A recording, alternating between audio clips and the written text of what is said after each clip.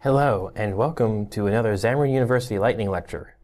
I'm Mitch, I'm a Microsoft and Xamarin MVP, and I'm going to be teaching you about Azure IoT Hub today. It's really going to be really great, and you'll actually learn how to hook up something like this here. Wearable if you want, or other IoT Hub projects. So, let's get started. Azure IoT Hub is a fully managed service that allows us to have secure, bidirectional communication between IoT devices and the cloud. Why would we want to use Azure IoT Hub? Well, it allows for secure communication between IoT devices and the cloud, monitors device connectivity and events between devices for authentication, and it allows us to get data from a device and send it to the cloud, as well as send data back to the device from the cloud. Like IoT Hub, Event Hub is another offering from Azure to get messages from your IoT device. However, Event Hub has limitations on functionality that IoT Hub does not. For instance, Event Hub can only handle device-to-cloud messaging and cannot receive messages from the cloud. IoT Hub supports many different communication protocols that IoT devices are known to support, whereas Event Hub, we are really limited to only using HTTP and AMQP for our communication. IoT Hub also offers the ability to keep your device calls separate. So if one device gets compromised, it doesn't bring down your entire device cluster. When looking at what service to use with your IoT devices, it is important to take into account what platform or language you will be using with your IoT device. Here we show a few platforms, devices, and operating systems that are supported with Azure IoT Hub. For a complete list, there's a link at the bottom of the screen provided for you where you can see the full device, operating system, and language support and which ones are supported with which. The final thing to be aware of is there are limits and pricing restrictions that apply to each tier. In our demos today, I will be using the F1 free tier that is available. However, if you want a full list of IoT Hub's pricing and limits, you can go to the Azure IoT Hub page and look at pricing details for IoT Hub. And that link is also provided for you at the bottom of the slide. So now that we have the basics covered, let's take a look at actually setting up our IoT Hub. When setting up our IoT Hub, it is important to understand the endpoints that are available and how they should be used. Device endpoints allow us to handle device messaging. Service endpoints allow the application backend to communicate with registered IoT devices. This includes device to cloud, cloud to device, and file uploading. Device identity management endpoints allow us to consume the REST endpoints which manage our device, along with authentication and provisioning. It's important to note that you can use Azure Service Bus and Event Hubs to process messages and events with IoT Hub. However, this requires a little bit more setup to make happen. The next part that needs to be configured is the Device Identity Registry. This allows us to create, access, and manage IoT devices and resource assignments. From here, we can manage out devices, device identities, and manage our device-specific resources, as well as work with device-specific queues, where we can get messages while in transit for a specific device and control access to that device-facing endpoint. When registering and working with devices, there are a few tools available for us to use. The first one is something you should already be familiar with, which is the Azure portal. This lets us manage IoT Hub and devices from our web browser. Next is the IoT Hub Explorer. This is a Node.js app install that allows us to provision a device for use within IoT Hub. Finally, IoT Device Explorer allows us to do operations such as device management, view device to cloud messages from a device to IoT Hub, and send messages from your device or to your device. This tool currently only runs on Windows, however. If you want to download and get started with the different options available for you to register your device, you can go to the GitHub link below and download each of the different links. And we're going to work with IoT Device Explorer. Let's take a look at what that might look like. As you can see, here we have the GitHub repository mentioned below for you to download the different utilities. But first, let's take a look at actually getting this set up within the Azure cloud. So you're going to want to go to the Azure portal and log into your account. If you haven't done that already, take a look at the Azure 101 class for Xamarin University. That'll help you get set up. First, create a new resource. We're going to want to go to New. And we'll get a list of different things here. We can go Internet of Things. or we can search the marketplace. We're going to look for IoT Hub. As you notice, it's kind of already autofilled for us, and the first one on the list here is IoT Hub. We'll click on it, and we're going to click Create. Now, it's going to ask us a few things about our IoT Hub. First off, a name. You can name it whatever you would like, as long as it's unique. I'm going to name this Azure IoT Hub Demo.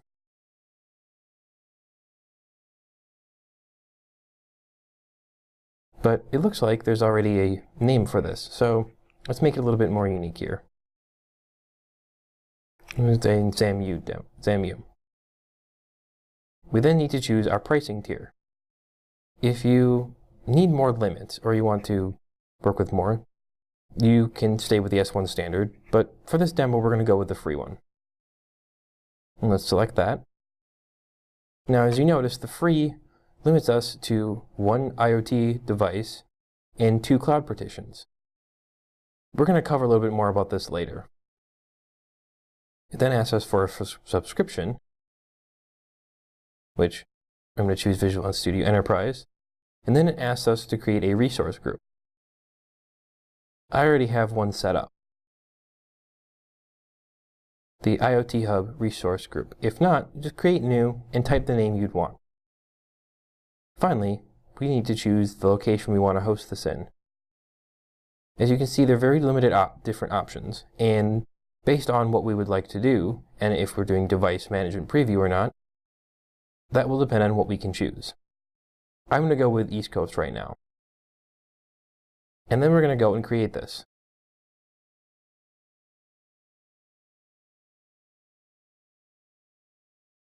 As you can see now, it has started our deployment.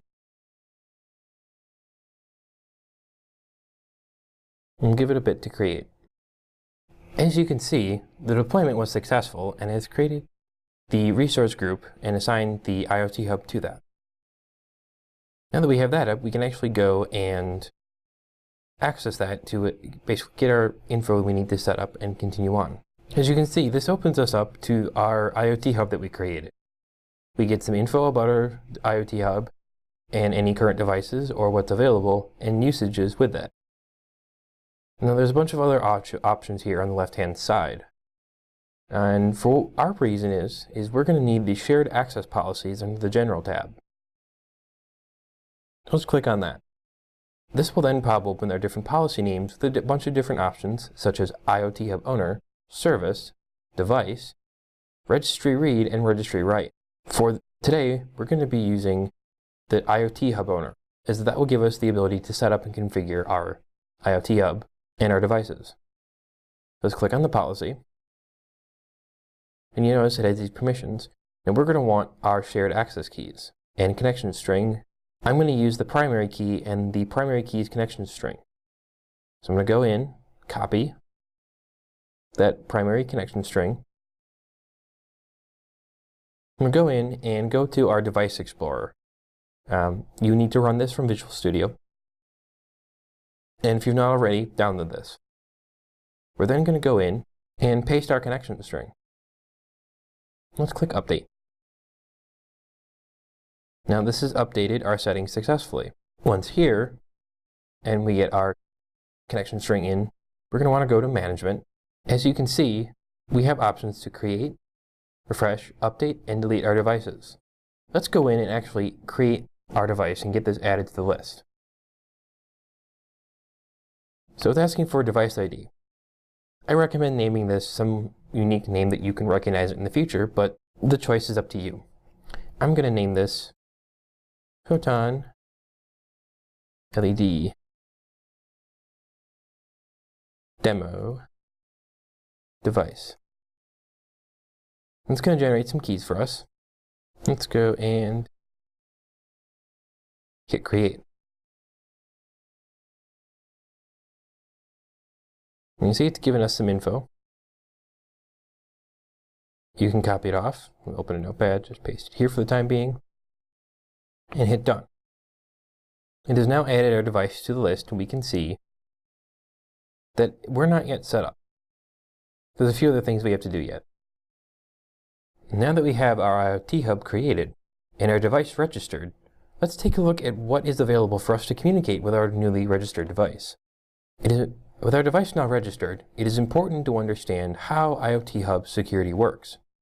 IoT Hub can use MQTT, AMQP, and HTTP to communicate authentication tokens, and each works a little bit differently. MQTT is a lightweight messaging protocol used with IoT devices. It is optimized for use with high latency or unreliable networks. It uses a connect packet, which sends a device ID as the username and a valid SAS token as the password. If you'd like to find out more information about IoT Hub authentication tokens, you can take a look at the link below. Next is AMPQ. This can be used with SASL, plain, or AMPQ claims-based security to communicate with IoT Hub securely. AMPQ is not yet supported on all devices and platforms due to device or other platform limitations. If you'd like to find out more about AMPQ, take a look at the link below. Finally, we have HTTP. We can use this to transport your token to IoT Hub. While this might be a more familiar authentication method, it is also the least secure since anyone can sniff the network, get the headers, and get your info and your connection strings and now compromise your device. We have discussed in it the exposed endpoints, registered devices, and security with IoT Hub. This all revolves around the messages that IoT Hub and associated devices can send and receive. You can send messages from the device to the cloud, cloud to device, and upload files as well. Messages can be sent through messaging protocols such as MQTT, AMPQ, and HTTP. MQTT is recommended for when you want message security, but do not need to use WebSockets with your messages. AMPQ is recommended for when you need multiplexing across multiple devices and gateways. When neither option is available, you can use HTTP to send your messages. What devices you use will affect what protocols you can use. But beyond that, it is up to you to choose the best for your environment. The most common way messaging is used with IoT Hub is device-to-cloud messaging. The method is similar to Event Hub in functionality. However, IoT Hub allows for more protocols and formats to send messages from the device, whereas Event Hub just allows webhooks. You can find more information about IoT Hub and its messaging at the link below. When we want to send messages in the opposite direction, there is a different process to follow. Each cloud-to-device message is targeted at a single device. Messages are sent and received through specific endpoints on the cloud and the device. Each device queue can hold up to 50 cloud-to-device messages. For more info on cloud-to-device messaging, take a look at the link at the bottom of the slide. Communication via messaging is not always the behavior we want from our devices, either due to needing to upload a file or messaging limitations being too small. Devices start their uploads by first requesting a storage token. You can then get the path to upload the file via the SAS URI and another to initiate the device upload via a GET request, which is sent to the IoT Hub. Once the upload is complete, the device must then notify IoT Hub that the file has been uploaded. This process is done via a post that is sent to the IoT Hub. For more information on how this behavior works, you can see the link at the bottom of the slide. So we've covered a lot. Let's take a look now how to get our device registered and set up. For our demo today, we will be using a particle photon, Azure IoT Hub, and a mobile app built with Xamarin Forms. If you'd like to follow along or do the demo yourself, there is a link provided on the screen to a Hackster site that I have built to set up the lab. If you would like to follow along with today's lab, take a look at the Hackster article I have set up here. This is what I'll be using with the demo. You can see the URL is hackster.io/mobileres/colorful home lighting control with Xamarin particle photon. What we're doing here is basically creating a strip of LEDs that from our Xamarin app we can turn on and off or change the color with. It's a great place to start if you're looking to do a home automation project, as LEDs are very simple to get started with. The demo here I have is in Particles IDE. You're going to want to go through, if you haven't already, and create a new app. You can do so by code and choosing the app you want. Otherwise, create new app. When you go through to get started, there are a few different SDKs and includes that we need to add in the Particle IDE. As you can see, we're using the NeoPixel to get the LEDs to work. We are setting up the IoT Hub client for transport, the Azure IoT Hub client, the C shared utility IoT Hub client to message, and the IoT Hub client file. We also want the Azure C shared utility platform.h. We finally need to do the HTTPS client particle, HTTPS client particle.h. You can find these by going to the Libraries tab, scrolling down and searching. So you see the NeoPixel is already on my list, but I want to go and find that Azure IoT Hub client. So we can type in Azure. You see IoT Hub client. We're going to want this C shared client as well.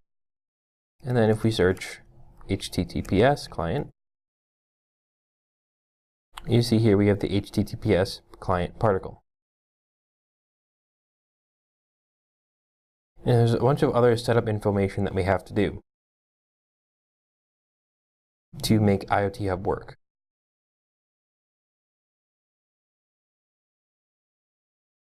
We have to talk to the device, which gets the messaging receive callback, set up some properties.